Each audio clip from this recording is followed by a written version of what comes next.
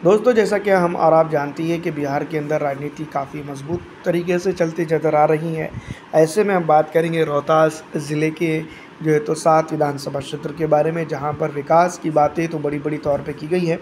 कितना विकास हुआ है और जनता फ़िलहाल क्या करना चाह रही है और क्या उसके दिमाग में है।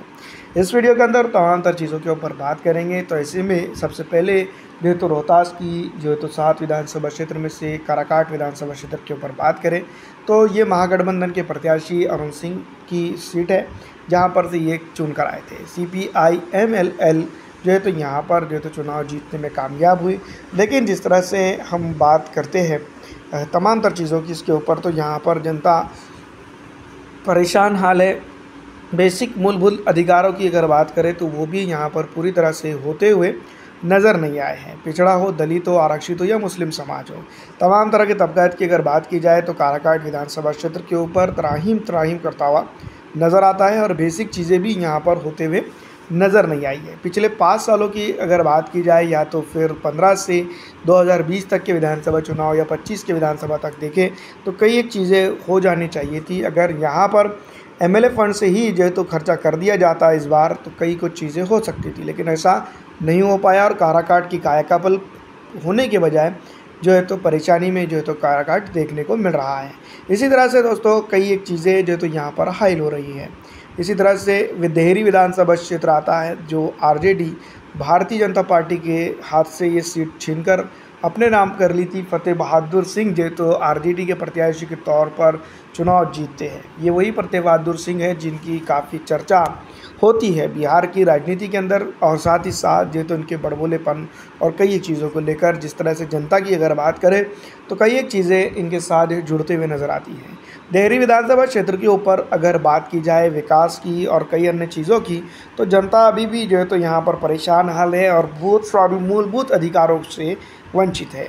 आपको क्या लगता है कि आप जो है तो 10 में से कितने नंबर जो है तो इस विधानसभा क्षेत्र को डेवलपमेंट के लिए देंगे? कमेंट करके ज़रूर बताइएगा।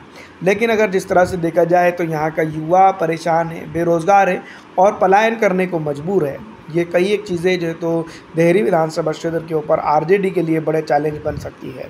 वहीं अगर ऑल इंडिया मजलिस इत्तेहादुल मुस्लिमीन अपना प्रत्याशी यहाँ उतार देती हैं तो कहीं ना कहीं ये बात हम ज़रूर कह सकते हैं कि देहरी विधानसभा क्षेत्र के ऊपर AIMIM जो है तो RJD को बड़े झटके के साथ झटका दे सकती हैं। आपको क्या लगता है? कमेंट करके ज़रूर बताएगा।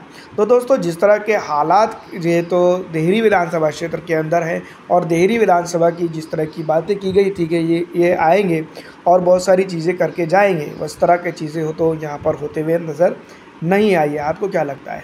नौखा विधानसभा क्षेत्र इसके अंदर आती है जिसमें अनीता देवी जो तो पॉलिटिशियन है RJD के, जो 65,690 वोट हासिल करके जो तो अनीता देवी यहाँ पर जीत दर्ज करती है। वहीं अगर बात करें अपोजिट की तो जनता दल यूनाइटेड के नरेंद्र चंद्रवंशी यहाँ पर होते हैं जो 48,018 वोट हासिल करते हैं। वैसे तो कई अन्य पॉलिटिकल पार्टी के प्रत्याशी भी चुनावी मैदान में थे, लेकिन वो जो तो इस तरह से रुतबा और खुतबा बनाने में कामयाब नहीं हुए हैं।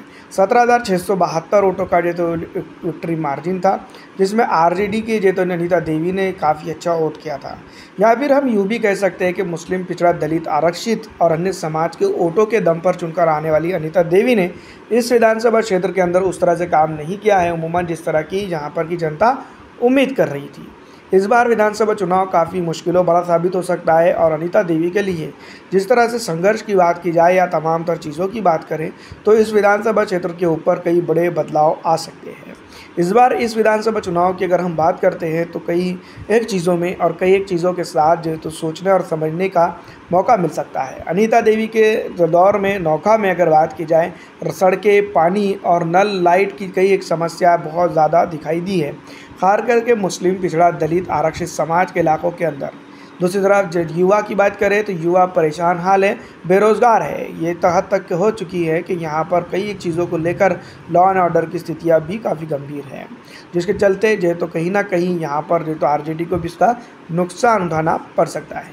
ऐसे में ही एक विधानसभा क्षेत्र आती है जिसका नाम दिनारा है। दिनारा विधानसभा क्षेत्र की अगर बात करें तो विजय मंडल जो है तो RJD के 59,541 वोट हासिल करके यहाँ पर जीत दर्ज करते हैं। वहीं LJP के राजेंद्र सिंह की अगर बात करें तो 51,313 वोट हासिल करके दूसरे नंबर पर रहते हैं।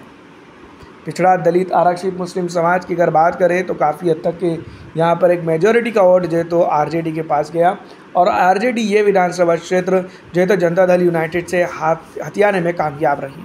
कई अन्य पॉलिटिकल पार्टी के प्रत्याशी भी ज़रूर चुनावी मैदान में थे, अगर वो ना होते तो आरजेडी और एलजेपी का मुकाबला काफ़ी अच्छा होता और यहाँ पर जो है तो कई बड़े बदलाव देखने को मिलते। फिलहाल दोस्तों मैं आपको बता दूं कि पिछड़ा हो, दलित हो, आरक्षित हो या अन्य किसी भी समाज की बात करें तो यहाँ पर यानी कि दिनारा विधानसभा क्षेत्र के ऊपर काफ़ी मजबूर है और यहाँ पर मजबूरी के चलते फिर एक बार जो तो आरजेडी की तरफ देख रहा है, क्योंकि आरजेडी की अगर बात करें तो पिछले 5 सालों के अंदर सत्ता हो या विपक्ष के दौर हो, वो दोनों ही दौर के अंदर जनता के लिए यहाँ पर सरदर्द बनी रही और आरजेडी ने जनता के लिए कुछ भी नहीं किया। एक वक्त था जब जो है तो आरजेडी यहाँ पर सत्ता में आने के बावजूद भी कई एक चीज़ों को लेकर डिमांड कर रही थी, लेकिन उस तरह से वो कामयाब नहीं कर पाई और दिनारा की स्थिति की अगर बात करें तो जो कि तो नज़र आती है। आपको क्या लगता है, आप दिनारा के अंदर जो तो अगर आपको 10 नंबर देने की बात की जाए तो 10 में से आप कितने नंबर इस विधायक जी को दे सकते हैं? इसी तरह से दोस्तों अगली विधानसभा क्षेत्र आती है जिसको हम कारागार विधानसभा क्षेत्र कह सकते हैं। संतोष कुमार मिश्रा इंडियन नेशनल कांग्रेस पार्टी के प्रत्याशी के तौर पर यहाँ पर चुनाव जीत कर आते हैं और ये सीट को हासिल कर लेते हैं, लेकिन पिछड़ा, दलित, आरक्षित और ख़ास करके मुसलमानों के वोट पर चुनाव जीतने के आने के बाद संतोष कुमार मिश्रा की अगर बात की जाए तो संतोष मिश्रा ने जो तो उस तरह से काम इस विधानसभा क्षेत्र के अंदर नहीं किया है जिस तरह से करना चाहिए था। जनता की अगर बात माने तो जनता ये तक कहती नजर आती है कि अगर एमएलए फंड जिस तरह से मिलता है उसके ऊपर ही खर्चा कर देते तो इस विधानसभा क्षेत्र के ऊपर कई एक चीज़ों को लेकर जो तो बदलाव वो कर सकते थे, लेकिन ऐसा नहीं हो पाया। और पिछड़ा, दलित, आरक्षित और मुस्लिम समाज की बात करें तो बस्तियाँ खस्ताहाल है और कई एक जगहों पर कई एक चीज़ों के लिए त्राहिम करते हुए नजर आती हैं। बेसिक मूलभूत अधिकारों की बात करें तो कई एक जगहों पर जो तो सड़कें पूरी तरह से टूटी हुई है, गांव के रास्ते और कई एक चीज़ों को लेकर जो तो कारागार विधानसभा क्षेत्र के ऊपर बड़े सवाल बनते हुए नजर आ रहे हैं। बड़े और छोटे सवालों के बीच में कारागार विधानसभा क्षेत्र काफ़ी फंसता हुआ नजर आ रहा है।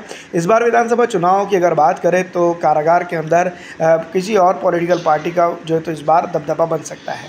हो सकता है कि ऑल इंडिया मजलिस इत्तेहादुल मुस्लिमीन कारागार के अंदर अपना प्रत्याशी उतार दे, जो कि उतारना चाहिए, जहां पर बड़ा फेरबदल वो कर सकते हैं। कारागार विधानसभा क्षेत्र के ऊपर अगर देखा जाए तो जिस तरह से मजलूमों ने हक की आवाज़ को बुलंद करने के लिए या डेवलपमेंट लाने के लिए वोटिंग की थी, उस तरह से अगर काम हो जाता तो काफ़ी कुछ चीज़ें हो सकती थी। भले ही आप सत्ता में ना हो, लेकिन आप इस विधानसभा की विधायक है तो काफ़ी कुछ चीज़ें हो सकती है। इसी तरह से एक विधानसभा क्षेत्र आती है जो रोहतास की है, जिसका नाम है ससाराम। ससाराम के ऊपर भी राजेश कुमार गुप्ता की बात की जाए तो आरजेडी के प्रत्याशी के तौर पर काफ़ी अच्छा टक्कर दिया और ये सीट को हासिल करने में कामयाब हुए। वहीं जनता दल यूनाइटेड और अन्य पॉलिटिकल पार्टीज़ भी यहाँ पर चुनावी मैदान में थी, लेकिन जिस तरह से अगर बात करें डेवलपमेंट के मामलों को लेकर तो यहाँ पर यानी कि इस विधानसभा क्षेत्र के ऊपर उस तरह का काम नहीं हो पाया है। पिछड़ा हो, दलित हो, आरक्षित हो या मुस्लिम समाज हो, तमाम तरह के समाज यहाँ पर जो ससाराम के अंदर परेशान हाल है और मजबूर है पलायन के लिए और रोज़गार को रोज़ी रोज़गार में जो तो व्यस्त दिखाई देते हैं। जिस तरह से अगर बात करें डेवलपमेंट की और कई अन्य चीज़ों की और मूलभूत सुविधाओं की तो यहाँ पर से जनता वंचित नज़र आती है। यही चीज़ जो है तो दोस्तों आने वाले दिनों के अंदर आरजेडी के लिए सरदर्द बन सकती है, लेकिन मजबूरी का नाम क्या करें। फिलहाल दोस्तों मैं आपको बता दूं कि जनता की अगर बात माने तो जनता ये भी कहते हुए नजर आती है कि एमएलए फंड से ही थोड़ा बहुत खर्चा कर लेते ताकि जो है तो इस विधानसभा क्षेत्र का कायाकल्प हो सकता। लेकिन राजेश कुमार गुप्ता की बात करें तो जो तो आप इसमें से 10 में से कितने नंबर इनकी विधायकी को देंगे, कमेंट करके ज़रूर बताइएगा। पिछड़ा, दलित, आरक्षित, मुस्लिम समाज की बस्तियों का खस्ता हाल और जबहाली जो तो चीख के ये बयान करती है कि डेवलपमेंट नहीं हुआ है। पिछड़ा हो या आरक्षित समाज हो, यहाँ तमाम तरह के तबका जो तो पूरी तरह से परेशान हाल है और यही परेशानी आने वाले दिनों के अंदर आरजेडी के लिए विधानसभा चुनाव के लिए बहुत बड़ा सरदर्द बन सकती है। आपको क्या लगता है, कमेंट करके ज़रूर बताइएगा। इसी तरह से एक विधानसभा क्षेत्र आती है रोहतास की चिनहरी विधानसभा क्षेत्र। चिनहरी विधानसभा क्षेत्र की अगर बात करें तो मुरारी प्रसाद गौतम पिछले विधानसभा चुनाव के दौरान यहाँ पर जो तो मुस्लिमों ने, पिछड़ों ने, दलितों ने, आरक्षित समाजों ने, कई तबकात ने जो तो यहाँ पर भरपूर वोट दिया और चिनहरी के अंदर जो तो भारतीय राष्ट्रीय कांग्रेस पार्टी ये विधानसभा चुनाव जीत दर्ज करने में कामयाब हुई। उसी तरह से अगर बात करें तो पिछड़ा, दलित, आरक्षित, मुस्लिम समाज की इस विधानसभा क्षेत्र के ऊपर एक मजबूत पकड़ उनकी है, लेकिन भारतीय राष्ट्रीय कांग्रेस पार्टी ने उनसे वोट तो लिया, लेकिन उनके विधानसभा क्षेत्र के अंदर अगर देखा जाए तो उस तरह का डेवलपमेंट या उस तरह का जो तो चीज़ें नहीं की गई हैं।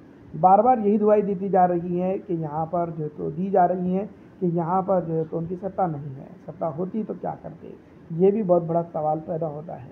लेकिन दोस्तों, जिस तरह से चिन्हारी विधानसभा क्षेत्र की अगर बात करें तो जनता फिर एक बार जो है तो अपने आप को ठगने की कोशिश करने वाले नेताओं से दूर रहेंगी। ऐसी उम्मीद के साथ देखना ये होगा कि इस बार विधानसभा चुनाव के अंदर चिन्हेरी के अंदर कौन जीत दर्ज करता है और कौन जो तो बाजी मार ले जाता है। फिलहाल दोस्तों, इस वीडियो में इतना ही। अगर आपको हमारी ये वीडियो अच्छी लगती है तो इसको लाइक और ज़्यादा से ज़्यादा दोस्तों तक शेयर कर दीजिएगा। वीडियो देखने के लिए आपका शुक्रिया। आपका दिन अच्छा रहे।